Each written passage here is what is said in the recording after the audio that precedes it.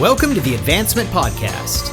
Our mission is to reach the lost in America by advancing leaders and churches so that communities are transformed. Join us as we discuss how to stay healthy as leaders, work in teams, and lead change. Come on, let's advance together.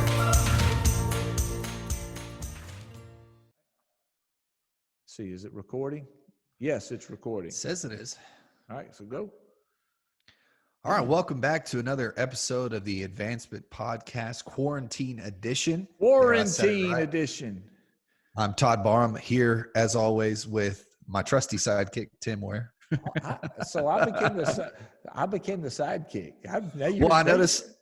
I noticed on when I watched back the video, I had co-host and you had host, so I had to get you some way. Okay, you had to be my trusty sidekick. I'm like, what do I do here? What do I do? Oh my goodness. Yeah. Well, quarantine edition means we're not in the same room. We haven't actually shook hands, high-fived, sat at the same table now in 2-3 weeks. Long time, which is tough on us two extroverts. Yeah, two extroverts that like to get together and harass each other. But we're joined together today. We're joined today. We're not joined together. We're joined by.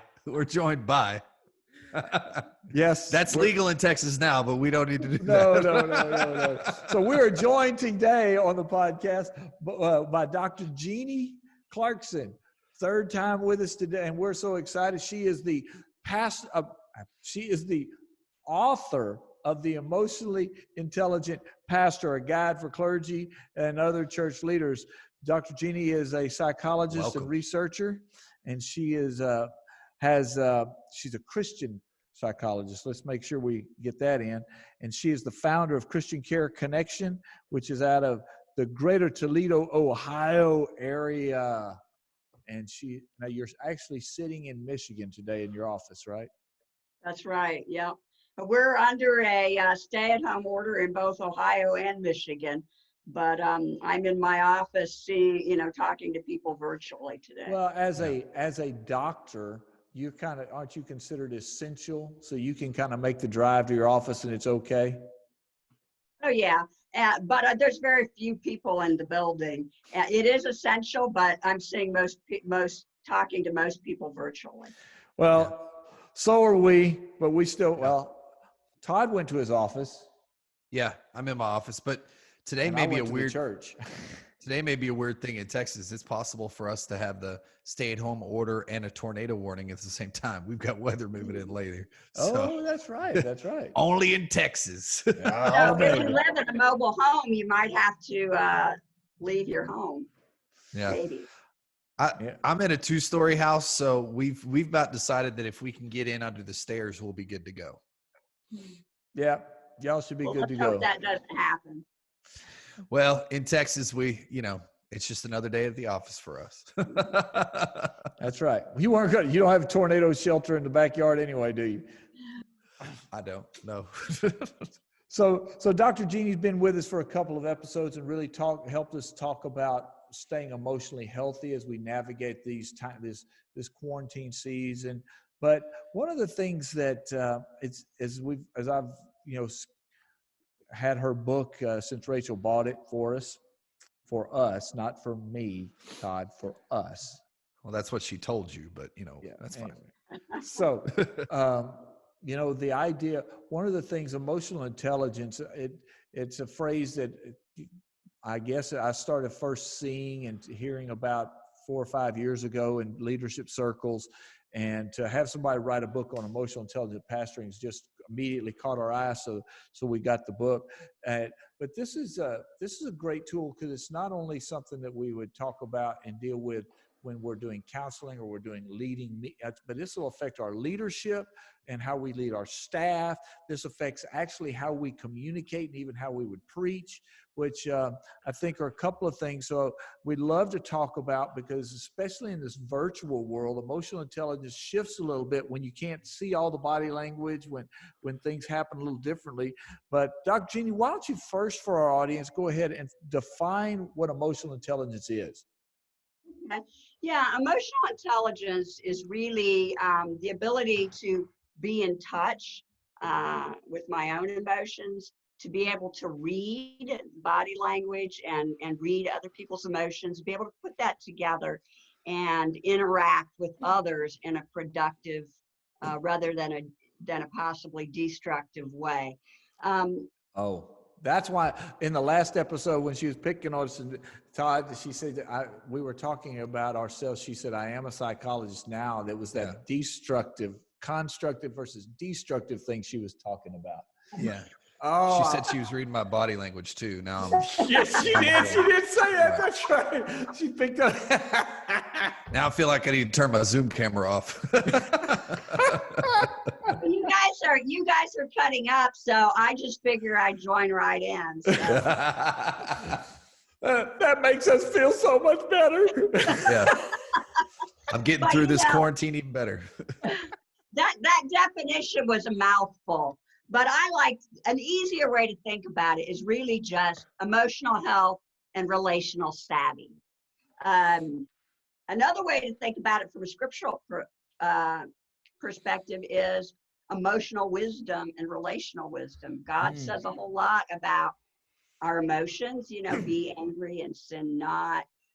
There's a lot of references to how we manage our emotions, and there's a lot of reference to how we manage our relationships. So I also like to think of it as emotional relational wisdom. Thank you for all of our listeners that needed a theological piece and not just a psychological. There you go, fellas. There you go. I mean, the Lord made us we're created as emotional beings. It's just who we are. So we can't deny that piece. So in that definition, being in touch and savvy is about my own and those of other people. Right. I think most of us, I don't know, maybe you should tell us, do people tend to pay more attention to others or to their own, or they just some of us, I guess, my wife says I'm kind of oblivious to emotions. Just truth. I think we all have our strengths and our weaknesses. I think even the most savvy among us, there's places that we can grow.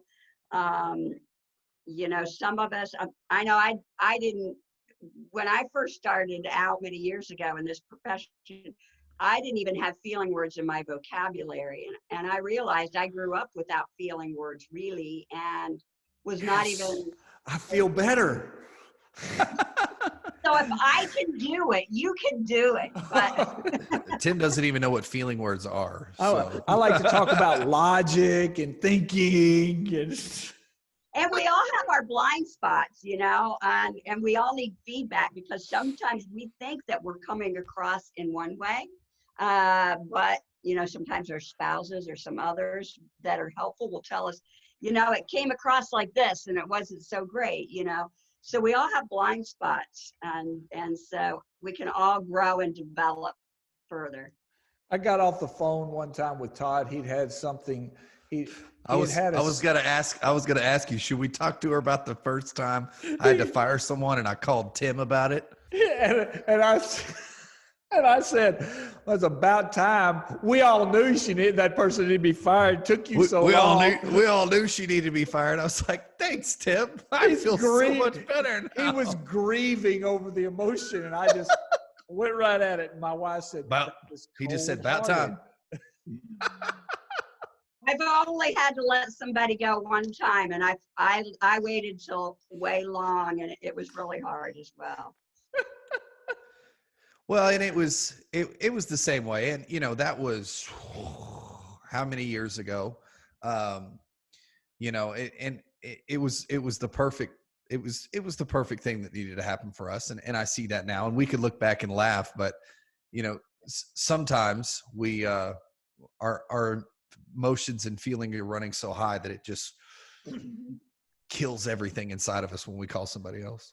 Jeanie, I think one of the things that in talking about emotional intelligence that is a little bit new for our guys right now, our pastors that are listening, when they're used to preaching to a room, you get the laughter and you can get a sense of the emotional swells and ebbs and flows in the room, and it really helps you when you're in your communication. And now I'm preaching to a camera. Yeah. And to tell a joke, how long, there, you just don't, how does emotional intelligence apply, or how can we apply these things? Maybe is it in our development of our sermon? Help us navigate that for our pastors. Okay. Well, perspective. I think what we want to think about first is, what do we want our members and community, but especially like our members, what do we want them to be feeling and experiencing? How do we want them to respond, and what actions we want them to take? And I think the way that we want them to feel during this time is connected, supported. We want them to feel calmed and trusting. We want them to engage and come up with ways of ministering. So that's probably where we want them to go. Where we do not want them to go, or where we do not want them to be experiencing, is we don't want them to feel disconnected, disengaged. We don't want them to drift. We don't want them to be panic-stricken, losing their faith, giving up on their spiritual disciplines, and we don't want them to just become frozen and paralyzed. So I think that's where we start from, is how we want the end result to be. So normally when we teach guys in our learning in seminary about preaching, and learning Bible colleges about preaching, we talk about what do we want guys to, what do we want, what action do we want people to take? We think about what results, we think about it from an action orientation. We think about it from a content orientation, but I feel like you added to the question, we need to intentionally, especially during this time frame, be asking, what do we want them to feel? Yeah. Is that what you heard, Tato? Yeah, and that's not always something I necessarily think about. No. We're taught to think of, what is our thesis statement? What are we looking to get across of our audience? And many times I don't always think about what is the emotion that I'm expecting this to pull out of them or draw out of them. And I think that'll bring more depth, because for me, it's much easier for me to gauge the emotion of my audience when they're there in front of me. Like, in fact, yesterday, after worship in the live stream, the band will sit there and they're about the only people I'm preaching to. And I was so thankful that one of our particular piano players was there yesterday, and he's an older guy and he loves to say amen. And I texted him afterwards. I said, man, you are invited to every live stream from now on, just so you can amen me, because that made me feel so much better. Well, I think go ahead. I think we dismiss the emotional fact of it, especially when they're not there in front of us, of what we expect them to feel, because we're feeling emotions as we preach it. But we've got to understand, especially in our conclusion and wrap up, what is the emotions they're going to be dealing with, so that we can help walk them through it. I think in the live context, we could, but in the live context, when you read the ebbs and flows of the room, you're able to make adjustments. Yeah. But I think that's the part that concerns me, is talking to a camera. Anytime I've shot videos and, you do those things, not knowing what that is invoking. But I guess I like Todd, I've never thought about asking myself the question, okay, when I say this, what will it make them feel? How do I want them to not just what do I want them to do, but how do I want them to feel? Yeah. Yeah, we want them to feel like they're part of the church, like church is still happening. They're plugged in, they're connected. We don't want them to feel drifting and disconnected. And so I think, there's the saying that less is more, quality over quantity. being very careful how we script things and how we say things. I think in this particular context at this time, it's the opposite. More is better. It doesn't have to be perfect, but it needs to be plenty in order for people to stay engaged as a congregation. And more, I don't mean more time-wise. In fact, you might have to even lessen the length of the sermon a little bit because of time, attention spans at home. But I mean, touches, connection virtually. There's lots of things you can do. Ask for feedback on Facebook, have a little chat about the message. You can tell them, hey, read this passage for next week because we're going to be talking about that. Or let's all join at the same time. Or, what are your guys' ideas of what we can do? Who can make calls to people who need help? Those kinds of things. Is more is better. That's a great, we've been talking about this for weeks, Todd, and I don't think anybody's really hit on that very point yet. This idea of increased touch points. We've talked about shortening our content because of attention span, but taking the opportunity to create more touch points. Mm-hmm. Right. You could even have like a Facebook. One thing I've seen someone do is have a morning devotion on Facebook, that people could listen to at any point, and ask them to provide feedback and questions on there.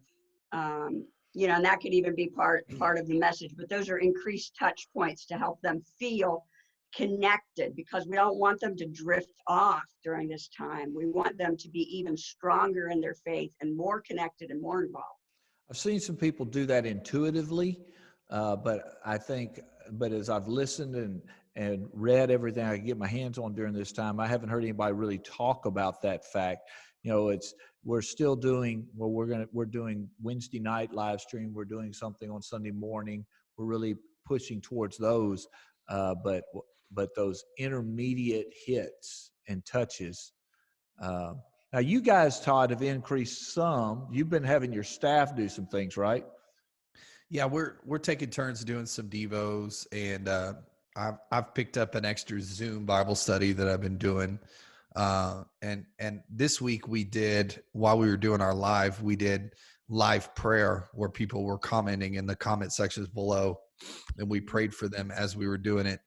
And then we encouraged them at the end of the service. We gave a text line number. If they wanted some more individualized prayer, they could text us and we'd call them individually. So those were the connection pieces we added this week. Well, the numbers are still coming back on how good they did. But I think it helps. Well, I saw one group where if you asked for prayer, they would click over and send a private message so that the prayer time wasn't in the thread. They would click over and come back so that it stayed in a private box for the sake of obvious confidentiality in that moment. Yeah, so I would say really it's about more touches, and there are some ways to communicate, but really it's not about perfection. I mean, it's great if you have somebody there that is a videographer, but you don't have to have that. You can have a cell phone, and people want to see you. It's secure, it's comfortable to see you. That's what they come to church for on Sunday morning. And that's what they want, is your comforting presence. What really scares me is I have seen some churches that have taken a pause. And that scares me because I'm like, okay, society, everything that's happened is so fast and you're staying back here. So I don't say that to discourage, but if anybody's taken a pause, I would say, okay, just start it up now, just get after it. It doesn't have to be perfect. Those devotions, those messages, they don't have to be perfect. Just do it. They can be perfected as you go along. I think everybody will get better over time because you just get more used to it. I mean, as it becomes a little more normal. So one of the cool things about this is even the largest churches in America which are the mega church represents less than about 1% of all churches in America. And with that being said, they may be used to streaming, but those guys are used to preaching to this big room full of people. Now their room is really empty. Yeah. Their room is really empty. And for the first time in centuries, much of the church is on the same foot. We're all trying to make adjustments right now.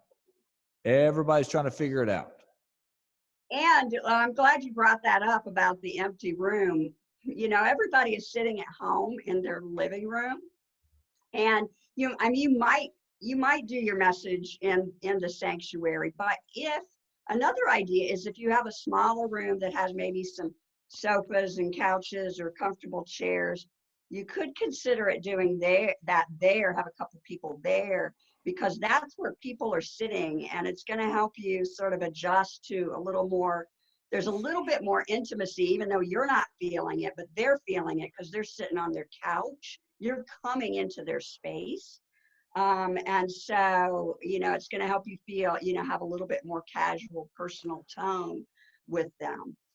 I feel validated, because I've been saying that thing that my fear has been that many pastors will stay in the sanctuary and they'll preach to people sitting on their couches like they would if they were sitting there. And well, this is a great opportunity for a different tone. Right. Now, I know, go ahead. I was just saying, and you can do that because the biggest thing is people want you. They want you to be real. And if you have some of that, that's okay. At the same time, when you're sitting down with somebody on the couch, there's going to be a little bit of adjustment in how we talk. Sorry, Todd. I know you have all your equipment, expensive equipment's in the sanctuary, so. Hey, but it's no problem. I've adjusted my tone as I preach. I've adjusted my tone. Oh, my tone. And we zoom in to be more so it looks like I'm there with them. I can't. My problem is it's hard for me to preach sitting down. So I'm just looking. But yeah, I think standing is fine. And you know, one thing I've done in the past, because it is preaching to a camera is hard. I put up a picture behind where I'm supposed to look of a person. You know, or, you know, you could have a couple people sitting there too, to look, because staring at a camera is hard. Yeah. Well, and that's for me. I mean, my room's not completely empty when we're doing it. I mean, we've got the production team and the worship team is there. So it's not completely empty. So it's not devoid of any human interaction. Now, it's not as much as I'm used to, but it's definitely helped to have some people. I couldn't imagine if there was nobody in the room. That would be really hard. Yeah, and I think that's works for you. Yeah, whatever works. I think you're gonna have to try different things, but you know, this idea the people still need us. So increase touch points. Maybe don't be afraid to do shorter. Just do more times. You know, we tell pastors that, especially in the church, if you're in a church that's under 100, under 150, the most attractive thing in the church is you. And since the majority of churches in America are under 85 or under 89, I'm sorry, you know what? You ought to be able to get there, and people want to see you and hear you. It's a bigger deal to have that personal connection piece. So very cool. Right. So Dr. Jeannie's book is available on Amazon. It's also available on with Wesleyan Publishing, and it's available through you said Amazon. Barnes and Noble. It's Kindle. You can get an electronic version on Barnes and Noble. And Dr. Jeannie, how can people contact you if they'd like more information or like to do if they need what Todd and I need? Time with a psychologist. And I'm also do coaching for emotional intelligence too. All right. So we probably need that more, Tim. Yeah, we probably need that more. Contact us at JeannieMillerClarkson.com, and Clarkson is no T in that. Clarkson. I'll have all this in the show notes, so people will be able to get it below this video or in or below the podcast. Do you want me to go ahead and read the other? Go ahead, read it anyway. Right. Okay. The website is JeannieMillerClarkson.com. You can also go to our Facebook, Jeanie Miller Clarkson, Twitter, Jeanie Clarkson, and LinkedIn, Jeanie Miller Clarkson. So apparently I haven't been able to decide which it is, but try one of those and it'll work everywhere you go. But I love to hear from pastors what you're experiencing and what's working for you, what your struggles are, so that I can be more relevant. Wow. Well, thank you. So Todd, take away. Yeah, thank you. You know, more touches is still kind of where I'm at.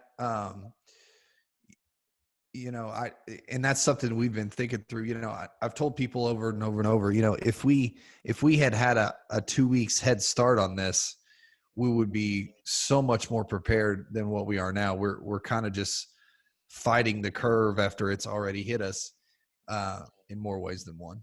And, you know, for us, really kind of thinking through those individualized touches are really important, because people need to know that people care about them right now, and not just that they're out there alone, because they feel alone more now than they ever have before, even though we have this social interaction. I think we're realizing through this how much of community driven beings we are.